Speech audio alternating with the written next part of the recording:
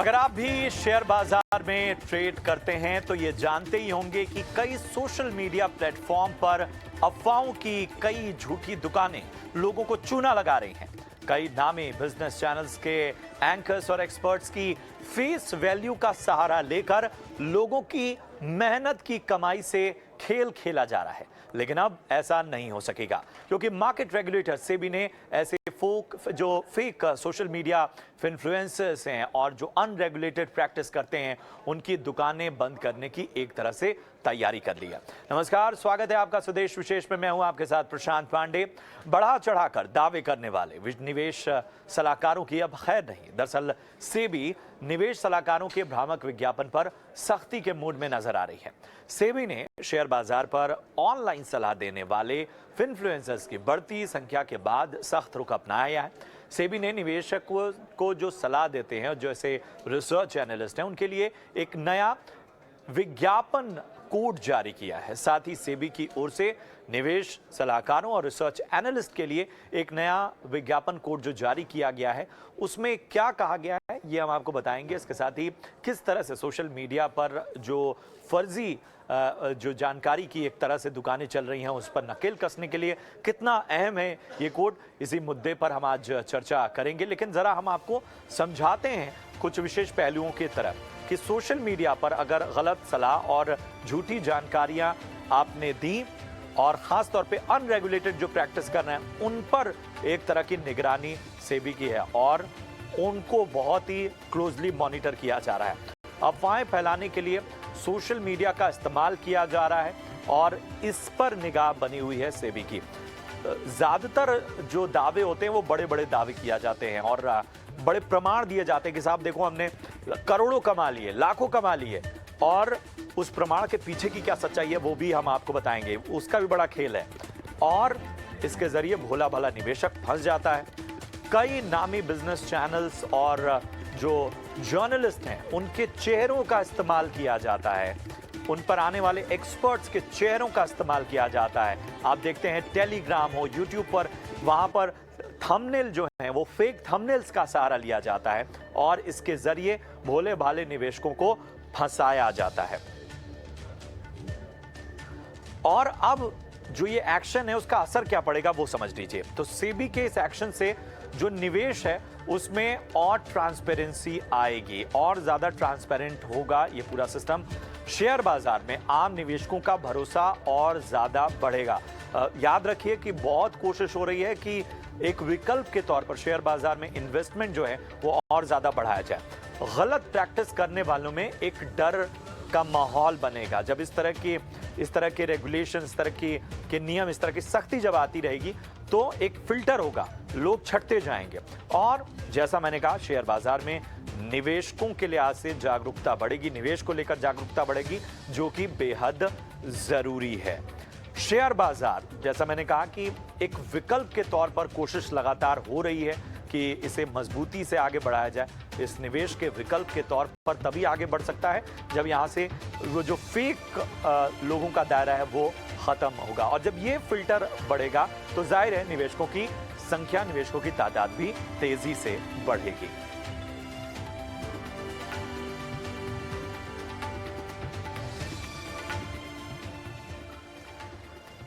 और जैसा मैंने कहा कि अलग अलग पहलुओं पर हम चर्चा करेंगे, कई विषयों को हम इसमें टटोलेंगे और इस पर चर्चा करने के लिए हमारे साथ खास पैनल भी मौजूद है। सबसे पहले परिचय आपका करा दूं, हमारे साथ अनंत लाड़ा हैं, फाउंडर हैं इन्वेस्ट आज फॉर कल के और एक तरह के बहुत ही प्रभावी नाम है, इन्फ्लुएंसर्स के तौर पर भी जानते हैं, अपनी राय वो देते रहते हैं। अनंत, बहुत बहुत स्वागत है आपका ईटी नाउ स्वदेश में। इसके साथ ही हमारे साथ श्रीराम सुब्रमण्यम सर हैं, फाउंडर और एमडी हैं इनगवर्न के, और सेबी की ये जो पूरी एक्शन नज़र आ रहा है और किस तरह से ये जो तमाम फिल्ट्रेशन का काम चल रहा है, एक तरह से सख्ती की तैयारी चल रही है, ये किस तरह से प्रभावी है, इस पर हम उनसे बातचीत करेंगे। और हमारे साथ हमारे senior writer Rajesh Singh sir भी हैं।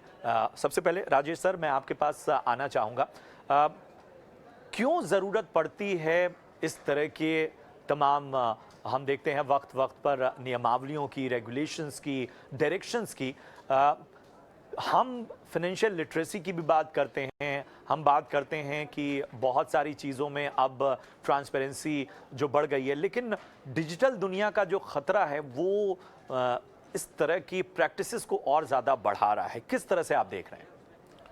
बिल्कुल, देखिए जो आप बता रहे हैं, इस तरह की एडवर्टाइजिंग कोड सेबी ने 2013 में इंडिपेंडेंट एनालिस्ट के लिए और 2014 में रिसर्च एनालिस्ट के लिए बनाया भी था।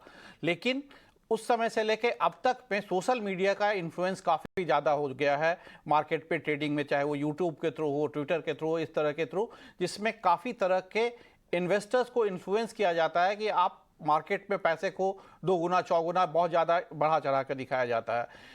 इसको रेगुलेट करने के लिए सेबी ने जो नए गाइडलाइन लागू किए हैं, 1 मई से ये गाइडलाइन लागू हो गए। इसमें काफ़ी इसका दायरा को बढ़ा दिया गया है। अब इसमें pamphlets, research newspapers, TV ad, anchors, electronic messages, SMS के थ्रू मैसेजेस या सोशल मीडिया प्लेटफॉर्म पे किसी भी तरह के इस तरह के जो मैनिपुलेशन किए जाते हैं, इस तरह के जो प्रैक्टिसेस किए जाते हैं, उस पर रोक लगाने की सेबी ने एक पहल की है। और इसमें यह कहा गया है कि आप किसी भी तरह के फॉल्स या मिसलीडिंग या बायस्ड या डिसेप्टिव इंफॉर्मेशन को नहीं दे सकते हैं।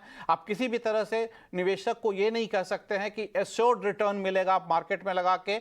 आपको याद होगा पिछले महीने ही सेबी ने म्यूचुअल फंड के लिए भी कहा था कि आप अपने एडवर्टाइजिंग कोड से ये हटा दीजिए कि किसी भी तरह के एश्योर्ड रिटर्न म्यूचुअल फंड में मिलेगा, और उसे हटाया गया है। पिछले महीने सेबी ने एक बड़ा एक्शन भी लिया था, जिसमें आपको याद होगा कि कुछ बड़े चेहरे फिल्म स्टार जो थे वो भी पाए गए थे कि इस तरह के प्रैक्टिसेस करने के लिए उनके अगेंस्ट सेबी ने एक्शन भी लिया था। तो ये जो एडवर्टाइजिंग कोड है उसी की तहत एक आगे की प्रक्रिया है, और ये 1 मई से सेबी इसे इंप्लीमेंट करना चाहता है। लेकिन ये कैसे इंप्लीमेंट होगा, क्या होगा, ये आने वाले वक्त में हमें पता चलेगा। लेकिन इस कोड को दायरा को बढ़ा दिया गया है ताकि इसमें हर तरह के इन्फ्लुएंस, चाहे वो न्यूज़पेपर के थ्रू हो, पैम्पलेट के थ्रू हो या फिर टीवी के थ्रू हो, एड्स के थ्रू हो, उसको इसके दायरे में लाया गया है। बिल्कुल, बिल्कुल सही कहा सर आपने कि ये एक रेगुलर फीचर है जो वक्त वक्त पर सेबी जिसको रिव्यू करके और इसका दायरा बढ़ाता रहता है। लेकिन आज की डिजिटल दुनिया में जो है वो थोड़े खतरे और ज़्यादा अब बढ़ गए हैं। सुब्रमण्यन साहब, एक चीज़ मैं समझना चाहूँगा कि ज़रूरत क्यों पड़ती है इस तरह की सख्ती की, और क्या इसमें दायरा वक्त वक्त पे बढ़ता रहेगा? वो तो हम जान रहे हैं, वक्त वक्त पे जिस तरह के खतरे सामने आएंगे उसी तरह का इलाज भी सेबी की ओर से सामने आएगा। लेकिन ये जो मैनिपुलेशन होता है इसका सेंटिमेंट पर कितना असर पड़ता है? क्योंकि जब हम बात करते हैं फाइनेंशियल लिटरेसी की, जब हम बात करते हैं एक जागरूकता की, उन सब के बीच में हम ये देखते हैं कि बहुत पढ़े लिखे लोग, बहुत जागरूक लोग भी इसमें फंसते हुए नजर आ रहे हैं। हाँ जी। एक कि कोविड के बाद आप देखेंगे कि नंबर ऑफ रिटेल इन्वेस्टर्स जो है वो 10 गुना हो गया है। जो अभी फाइनेंशियलाइजेशन ऑफ असेट्स, तो नया नया डीमैट अकाउंट खोला जा रहा है, नए इन्वेस्टर्स आ रहे हैं, तो उन सबको अभी फंसाया जा रहा है। नए इन्फ्लुएंसर्स आए सोशल मीडिया के थ्रू, या ये सभी रेगुलेशन क्या है, डिवाइड करता है कि अच्छे रिसर्च एनालिस्ट, इन्वेस्टमेंट एनालिस्ट, और बुरे बुरे माने जो अनरजिस्टर्ड है और जो एडवर्टाइज करते हैं विद गारंटीड स्कीम्स, उन सबको एक तरफ कर देता है। तो इसी वजह से इवन ये है कि mutual funds are subject to market risk, वैसा टाइप टीवी एडवर्टाइजमेंट में आता है, इतना छोटा सा अक्षर में आता है। अभी सेबी ने वो भी डाल दिया कि investment in securities are subject to market risk करके आप इतने फॉन्ट साइज में, बड़ा फॉन्ट साइज में डालोगे करके। तो ये सब है कि जो एडवर्टाइज नहीं कर, इस प्रोटोकॉल से एडवर्टाइज नहीं करता है, वो सब नॉन कंप्लायंट होंगे, तो उनको सेबी प्रोसिक्यूट कर सकता है। और इन्वेस्टर को भी जागरूक हो सकता है कि ये गारंटीड स्कीम तो सेबी के गाइडलाइंस तो ऑफर नहीं कर सकते, तो फिर भी ये क्यों ऑफर कर रहे हैं, वैसा टाइप। आप देखोगे तो सोशल मीडिया अभी सब इन्वेस्टर्स को लेके आने में, और टेलीग्राम चैनल्स में, व्हाट्सएप ग्रुप्स में सब डिस्कशंस हो रहा है, एडवर्टाइजमेंट हो रहा है, एक्सेट्रा एक्सेट्रा, वैसा फंसाया जा रहा है। और लोग ट्रेनिंग के थ्रू ही काफी पैसा बना रहे हैं इस हिसाब से, फेक इन्वेस्टमेंट रिटर्न्स दिखा के। तो ये सब क्रैकडाउन हो रहा है, क्योंकि नए इन्वेस्टर्स जो आए मार्केट में उनको उल्लू बनाने से बेहतर है कि उनको एजुकेट करें। एजुकेट करने से ही वो लोग लॉन्ग टर्म इन्वेस्टर्स बनेंगे और इंडिया का कैपिटल मार्केट इस सवाल के साथ मैं आपके पास आऊंगा कि फाइनेंशियल लिटरेसी का दायरा जो है वो किस तरह से बढ़ा सकते हैं हम, क्या चीज़ें इसमें करने की आवश्यकता है, क्योंकि यही एक तरीका है जो हम इस तरह के ट्रैप में फंसने से बच सकते हैं। अनंत, मैं आपके पास आना चाहूँगा। हम उन इन्फ्लुएंसर्स या जिम्मेदार जो इन्फ्लुएंसर्स हैं या रेगुलेटेड मार्केट एक्सपर्ट हैं, वो पूरी जिम्मेदारी से अपनी बात कहते हैं, और एक जो बेसिक फ़र्क होता है वो ये मैं देखता हूँ कि वो जब कोई एडवाइस दे रहे हैं तो रिस्क फैक्टर को भी जोड़ते हैं, रिस्क भी उसमें कितना जुड़ा हुआ है उसको कैलकुलेट करके सामने रखते हैं। लेकिन जब बात आती है ऐसे इन्फ्लुएंसर्स की, जो हम देखते हैं कि आए दिन हम देखते हैं कि वो यूट्यूब पे या टेलीग्राम जैसे चैनल पे एक तो वो फेक थंबनेल का सहारा बहुत लेते हैं, वो आप जैसे या बाकी एक्सपर्ट्स के जैसे उनकी तस्वीरों का सहारा लेकर पहले तो किसी भी इन्वेस्टर को आकर्षित करते हैं। दूसरा, वो रिस्क वाले फैक्टर को हमेशा छुपाते हैं। दावा ये रहता है कि लाखों करोड़ों हमने कमा लिए, और लेकिन इसमें भी एक पहलू है कि साहब वो प्रॉफिट वाला अकाउंट ही दिखाते हैं, लॉस वाले अकाउंट को छुपा जाते हैं। तो जरा बताएं ये प्रैक्टिसेस चल क्या रही हैं और कैसे इसको रोका जा सकता है? देखिए, सबसे पहले thank you so much for having me on the show. हम लोग बिल्कुल बेस से बात करने की शुरुआत करते ताकि एक एक पॉइंट्स को हम समझ सके कि रीजन क्या है सबके पीछे का। आप और हमारा यहाँ पे पर्पस है कि जो भी इन्वेस्टर इन्वेस्ट करता है मार्केट में, चाहे वो किसी भी रूप से करे, चाहे वो गोल्ड में करे, डेट में करे, इक्विटी में करे, म्यूचुअल फंड्स में करे, आप और हम ये चाहते हैं कि वो एक इन्फॉर्म डिसीजन बनाए। इन्फॉर्म डिसीजन के लिए जैसे आपने कहा कि रिस्क और रिटर्न्स दोनों के बारे में पता होना हमें पूरा जरूरी है। पर यहाँ पे एक और इंपॉर्टेंट फैक्टर आता है, जैसे ही मनी जिस भी चीज में इन्वॉल्व हो जाता है वो होती है ग्रीड। जिधर भी आप देखेंगे कि ग्रीड पे प्ले किया जा रहा है इन्वेस्टर्स की, वहां सब जगह आपको कुछ ना कुछ रेगुलेटरी कुछ ऐसी दिक्कतें मिलेगी कि वो कुछ ना कुछ कंप्लायंस के अगेंस्ट में काम कर रहे हैं। जब भी कोई भी किसी भी पर्सन की ग्रीड के ऊपर काम करके उसको यूज करने की कोशिश करेगा, तो यहाँ पे अगर सपोज करते हैं मैं मेरे एक दिन का प्रॉफिट दिखाता हूं, तो उसका कोई मतलब नहीं हो रहा। अगर मुझे आज के दिन एक दिन में प्रॉफिट हो रहा है और अगले 5 दिन लॉस हो रहा है जो मैं नहीं दिखा रहा, तो मैं कभी भी टोटल पिक्चर नहीं दिखा पा रहा। या फिर मैंने एक हफ्ते का प्रॉफिट दिखा दिया, किसी भी एक रैंडम महीने का प्रॉफिट दिखा दिया। देखिए, जब आप प्रॉफिट देख के ल्योर करते हैं, वो एक गलत प्रैक्टिस हो जाती है कि आप किसी भी इन्वेस्टर की ग्रीड पे काम कर रहे हैं। मेरा पर्सनल हमेशा ओपिनियन ये रहता है कि आप कभी भी ग्रीड दिखा के इन्वेस्टर को मत समझाइए। आप उससे प्रॉपरली एजुकेट कीजिए, एक प्रॉपर सेटअप बताइए, प्रॉपर एजुकेशन दीजिए कि क्या रिस्क है, क्या रिटर्न्स की एक्सपेक्टेशंस है। यहाँ पे मेनली 3 मेन गलत प्रैक्टिसेस हो रही थी जिसके अगेंस्ट में ये ऑर्डर लाया गया। पहला ये कि मैं पास्ट रिटर्न्स के बेसिस पे बता रहा था कि भाई मेरे देखो पिछले 1 महीने में रिटर्न्स इतने अच्छे आए, या पिछले 1 साल में मेरे रिटर्न्स इतने अच्छे आए हैं, जिसके बेसिस पे मैं किसी भी आम आदमी को या फिर नए इन्वेस्टर्स को ल्योर करने की कोशिश कर रहा था। एक तो इसके ऊपर बैन आया कि मैं पुराने रिटर्न्स के ऊपर काम नहीं कर सकता, क्योंकि रैंडम रिटर्न्स का कोई मतलब नहीं होता। इंपॉर्टेंट क्वेश्चन ये भी होता है कि आपने रिटर्न्स कमाए तो किस कैपिटल पे कमाए, कौन से मार्केट में कमाए, किस सिचुएशन में कमाए, क्या करके कमाए। भाई आपने म्यूचुअल फंड में इन्वेस्ट किया था, गोल्ड में इन्वेस्ट किया था, ऑप्शंस में काम किया था, ट्रेडिंग करी थी, करा क्या था। बहुत सारे इफ एंड बट उसमें इन्वॉल्व रहते हैं। तो सबसे पहला इंपॉर्टेंट पॉइंट ये होता है कि आप रैंडमली पास्ट रिटर्न्स नहीं दिखा सकते। ये सेबी ने एक इंपॉर्टेंट पॉइंट डाला है। सेकंड ये पॉइंट डाला है कि काफी सारे ऐसे भी लोग हैं जो अपने मॉडल पोर्टफोलियो दिखाते हैं कि ये मेरा एक सैंपल पोर्टफोलियो है जिसने बहुत अच्छा परफॉर्म किया। इसका बहुत सिंपल हो सकता है कि मैंने सपोज करते 5 सैंपल पोर्टफोलियो बना दिए, चलते फिरते कोई ना कोई तो सही करेगा ही सही। तो जो सही किया वो मैंने सबको दिखाया कि देखो मेरा ये सैंपल पोर्टफोलियो था, बहुत अच्छा कर गया। अब सेबी कह रही है कि आप सैंपल पोर्टफोलियो के बेसिस पे लोगों को अट्रैक्ट नहीं कर सकते।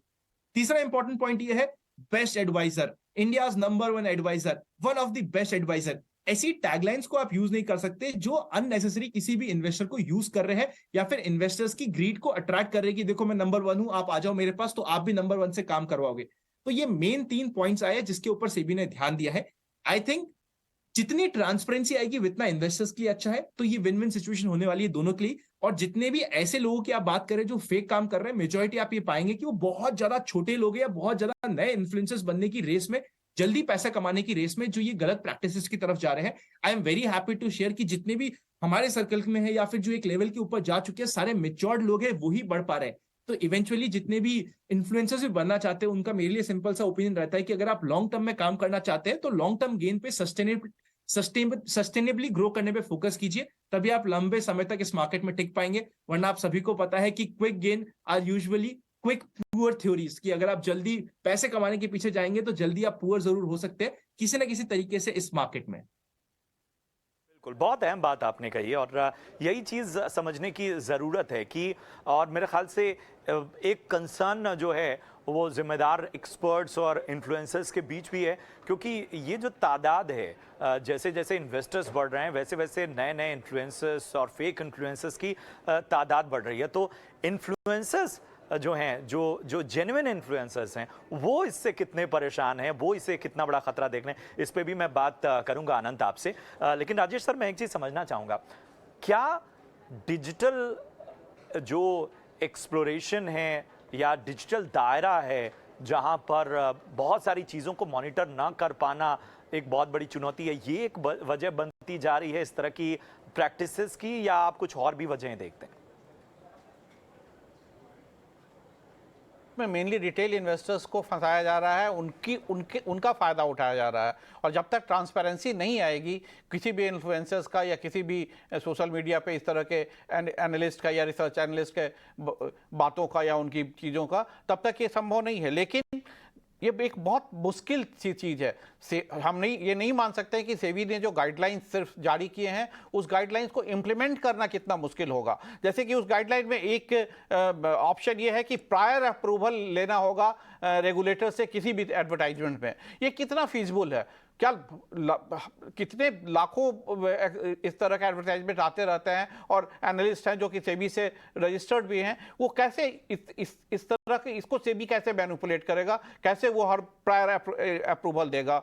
दूसरा, जैसे कि क्लैरिटी है कि एडवर्टाइजमेंट आप किसको कहते हैं। क्या तो सोशल मीडिया में अगर हम एजुकेशनल मटेरियल्स डालते हैं उसको क्या हम एडवर्टाइजर के रूप में देखेंगे या उसे इन्फ्लुएंसर की तरह देखेंगे? तो बहुत सारी चीज़ें हैं जिस पे अभी क्लैरिटी आनी है, और शायद वो जब एक बार इम्प्लीमेंट होगा तो आएगा, और शायद सेबी की तरफ से भी आएगा। तो ये देखना होगा कि आगे कैसे ये बढ़ता है। पर मुझे जो अभी लगता है कि इसे इम्प्लीमेंट कर पाना सेबी के लिए भी एक बहुत बड़ा चैलेंज होगा। बिल्कुल, चैलेंज तो है, और ये चैलेंज बना हुआ है क्योंकि एक तरह का इंफॉर्मेशन का बराज खुलता है और उसमें से लोग क्या पिक कर रहे हैं, क्या छोड़ रहे हैं, इसे देख पाना और इसमें एक तरह की स्क्रूटनी कर पाना भी बहुत बड़ा चैलेंज है। सुब्रमण्यम सर, एक चीज़ मैं समझना चाहूँगा कि आगे जब हम एक फ्यूचर पर्सपेक्टिव देखें तो फिर अब सेबी आगे क्या कर सकती है, क्योंकि सबसे बड़ा चैलेंज है कि साहब ट्रेड में ट्रांसपेरेंसी भी बनी रहे और इसके साथ ही मैनिपुलेशन को भी धीरे धीरे खत्म किया जाए, तो ट्रेड भी बरकरार रहे और मैनिपुलेशन खत्म हो जाए। इसके लिए क्या किया जा सकता है? सेबी तो ऑलरेडी काफी टेक्नोलॉजी यूज करके सर्वेलेंस मेजर्स इम्प्लीमेंट किया है, जो ट्रेड्स को मॉनिटर करें, जो वही टूल्स को यूज करके सोशल मीडिया को भी मॉनिटर कर सकते हैं। सेबी ऐसा कि जो रजिस्टर्ड इन्वेस्टमेंट एडवाइजर्स या रिसर्च एनालिस्ट है वही एडवर्टाइज करें और वही बात करें। जो गारंटीड स्कीम्स या कुछ हो सोशल मीडिया पे तो उसको इमीडिएटली लॉकडाउन करें। टेक्नोलॉजी के थ्रू ये सब मॉनिटर कर सकते हैं। तो सेबी का टूल्स भी सोफिस्टिकेटेड हो रहा है तो ये सब क्रैकडाउन करने के लिए। तो सेबी एक तरफ वो हो गया, दूसरी तरफ इन्वेस्टर एजुकेशन बरकरार रहना चाहिए। इन्वेस्टर एजुकेशन, ये नए इन्वेस्टर जो है उनको जितने भी समझाए उतना कम ही है, क्योंकि सेबी का ये रिस्पॉन्सिबिलिटी भी है कि इन्वेस्टर एजुकेशन करें। इवन रिसर्च एनालिस्ट और रजिस्टर्ड इन्वेस्टमेंट एनालिस्ट और रिसर्च एनालिस्ट का भी रिस्पॉन्सिबिलिटी है कि इन्वेस्टर को एजुकेट करें, जो अभी एडवर्टाइजमेंट के थ्रू हो या ये हो। एक और बात है कि जो डिस्ट्रीब्यूटर्स है, लाइक बैंक्स हो या अदर आउटलेट्स हो जहाँ पे बैंक एश्योरेंस वैसा प्रोडक्ट्स भी अब्यूज होता है। माने बैंक्स भी ये पैम्पलेट सब दिखा देते हैं। अभी आप कोई भी बैंक जाए, बड़ा सा बैंक भी जाएंगे तो पैम्पलेट्स दिखाते पकड़ा देते हैं कि ये सब देखिए साहब आप अकाउंट खोल रहे हो, एफडी में क्यों रख रहे हो, इसमें ये करो, उनको कमीशन ज्यादा मिलता है। ये इसीलिए ये पैम्फलेट को आप पहले ही छापो मत कि गारंटी स्कीम है, यही है सेबी का ये ऑब्जेक्टिव। बिल्कुल बिल्कुल, और यही जैसा हमने कहा कि इसी रास्ते पर आगे बढ़ते हुए, जैसे मैंने कहा, जैसे जैसे मर्ज आगे बढ़ेगा उसी तरह से इलाज सामने आएगा। आगे सामने आने वाले वक्त में किस तरह की चैलेंजेस और होंगे, उस चैलेंज के हिसाब से रिफॉर्म करने होंगे। राजेश सर हमारे साथ, श्रीराम सर और अनंत दोनों बने हुए हैं, आप कुछ सवाल करना चाहें? जैसे कि श्रीराम सर से हम ये जानना चाहें कि अभी जो कंप्लेन आ रहा है कि बैंक से सबसे ज़्यादा मिस सेलिंग हो रही है, क्योंकि उनके एक टारगेट दे दिया जाता है, बैंक के जो एजेंट होते हैं, ये सिर्फ म्यूचुअल फंड के लिए या ट्रेड इक्विटी स्कीम के लिए नहीं है, इंश्योरेंस में भी इस तरह के कंप्लेन आ रहे हैं। क्या आपको लगता है इसको रोकने के लिए क्या कर सकती है सेबी या कोई भी रेगुलेटर?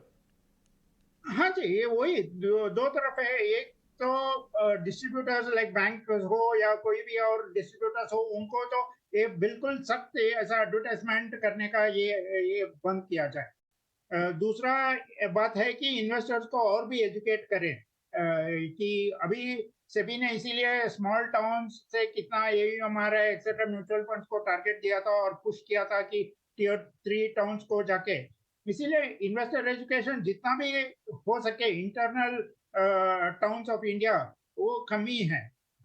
और सेबी भी ज्यादा वेबिनार्स और ये ऑनलाइन सोशल मीडिया में ही इन्वेस्टर एजुकेशन भी कर सकते हैं सेबी।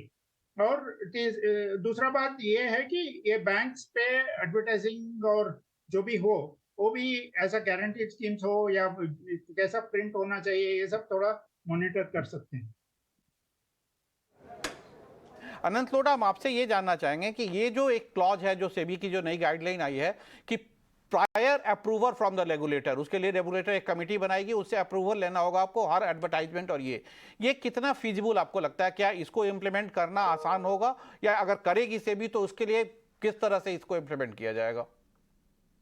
इससे पहले कि मैं आपके इस पॉइंट पे आऊं, मैं बैंक से रिलेटेड एक और पॉइंट आपके साथ डिस्कस करता हूं, फिर मैं आपके इस पॉइंट को डिटेल में हम कवर करते हैं।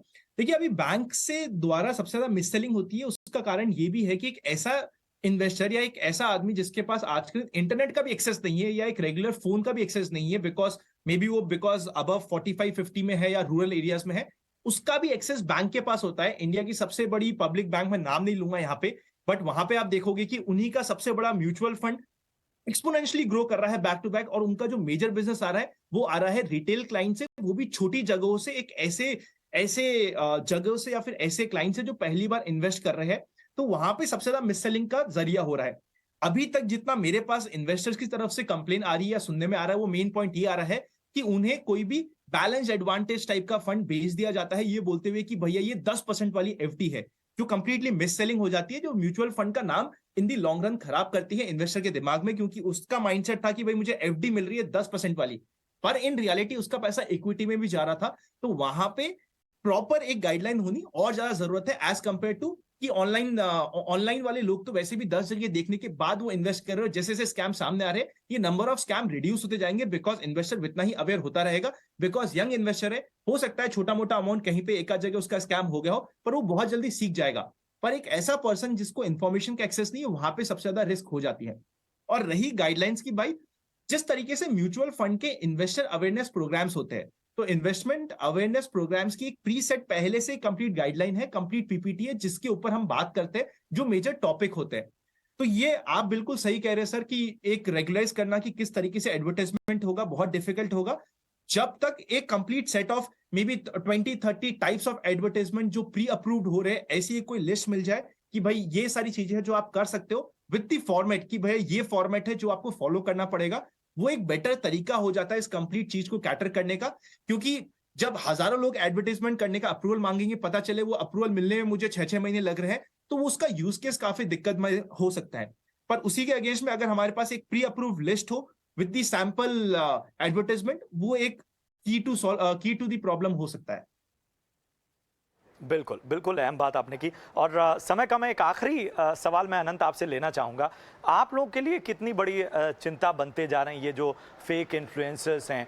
क्या आपकी जो पूरी कम्युनिटी है या जो जिम्मेदार लोग हैं, क्या वो इनके नकाब उतारने में मदद नहीं कर सकते? क्योंकि बहुत ज़रूरी है कि आप अपने प्रभाव का इस्तेमाल करें और इस तरह के जो भी गलत प्रैक्टिसेस में लोग हैं उनके चेहरे सामने आए। सर आप बिल्कुल सही बात कह रहे हैं कि हम लोग सभी कोशिश कर रहे हैं अपने अपने लेवल पे। एंड कोई भी अगर रेगुलेशन आ रहा है जिसमें मुझे क्लैरिटी मिल रही है, आई थिंक किसी भी सही आदमी को उससे दिक्कत नहीं होगी। हमारी सिर्फ इतनी सी प्रॉब्लम है कि आप क्लैरिफाई कर दो प्रॉपर्ली कि क्या कर सकते हैं, कितना कर सकते हैं, कैसे कर सकते हैं। और ये फेक केसेस की बात हुई, आपको शौक होगा ये जान के कि पिछले 6 महीने में मेरे नाम पे टेलीग्राम, इंस्टाग्राम पे हमने रफली 286 फेक चैनल्स को उड़ाया है, हटाया है, कॉपीराइट इंफ्रिंजमेंट उनको फाइल करके। सो आप सोच सकते हो कि अगर एक पर्सन के नाम पे इतने सारे फेक चैनल्स बन जाते हैं तो बाकी सभी एज अ कम्युनिटी के नाम पे, और जैसे आप तो न्यूज चैनल्स हो गए तो आप लोगों के नाम पे तो और कितने होंगे।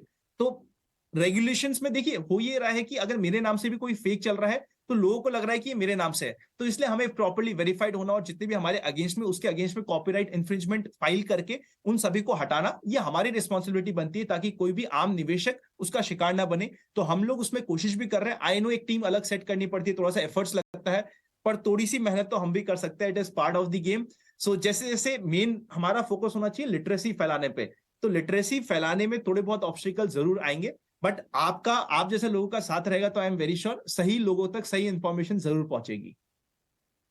कोशिश यही है और इसीलिए कहते हैं, बड़ी फेमस लाइन है कि साहब दिखावे पे मत जाइए, अपनी अकल लगाइए। तो फिलहाल जो कुछ भी आपको लोक लुभाने वादे होते हैं, रिटर्न का झांसा दिया जाता है और केवल एक बहुत ही बेहतर पहलू दिखाया जाता है, उसमें फंसने की आवश्यकता नहीं है। आपको कहीं ना कहीं चीज़ों को समझने की ज़रूरत है। जो फिनेंशियल लिटरेसी है, जो जागरूकता है, उस पर ज़्यादा जोर देने की आवश्यकता है और वक्त वक्त पर सेबी जिस तरह की भी तकलीफ आएगी, जिस तरह के चैलेंज आएंगे, उसके लिए इलाज सामने लाता रहेगा। बहुत बहुत शुक्रिया करेंगे अपने तमाम खास मेहमानों का, सुब्रमण्यम, अनंत सर, इसके साथ ही राजेश जी, आपका भी बहुत बहुत शुक्रिया हमसे जुड़ने के लिए और इस खास विश्लेषण के लिए। उम्मीद है कि आपको ये शो पसंद आया। फिलहाल पूरी टीम को दीजिए इजाजत। आप देखते रहिए ET नाउ स्वदेश। नमस्कार।